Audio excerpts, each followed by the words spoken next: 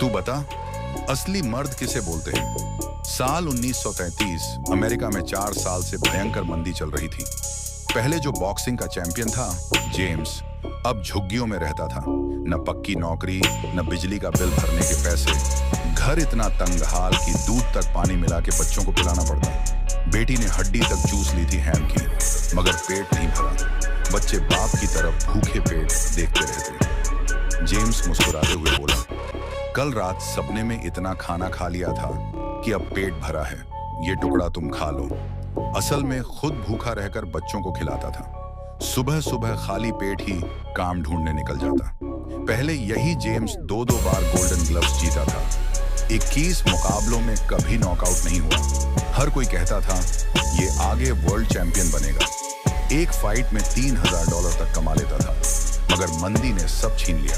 बेरोजगारी, भूख, महंगाई, हालत इतनी बुरी कि लोग रोजाना बस 2 वक्त की रोटी के लिए धक्के खा रहे थे। जेम्स का पैसा शेयर बाजार में डूब गया। बॉक्सिंग के मैच भी बंद हो गए। मजबूरी में मजदूरी करनी पड़ी, वो भी हर रोज किस्मत से ही मिलती।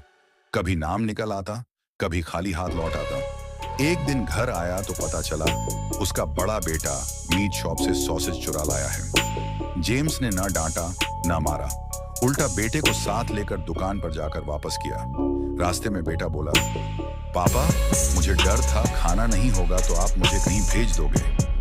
सुनकर जेम्स की आंखें भर आईं, मगर उसने बेटे को समझाया, हम चाहे कितनी भी मुसीबत में हो, चोरी कभी नहीं करेंगे। पत्नी भी परेशान थी।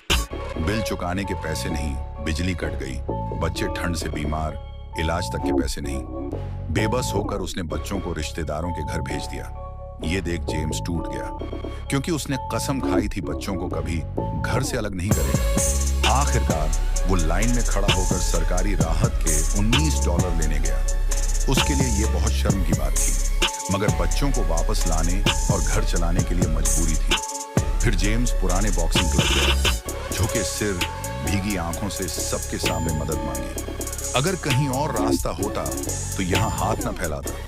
किसी ने ताना मारा, किसी ने चिल्लड़ दिया, पर उसके पुराने मैनेजर ने दिल से मदद की। घर की लाइटें फिर से जल गईं, बच्चे लौट आए।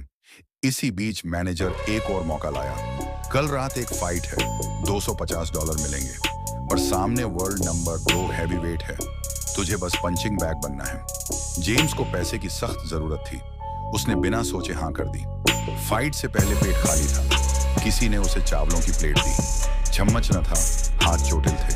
वो प्लेट पर झुककर सीधा मुंह से खाने लगा। पेट भरते ही रिंग में उतरा।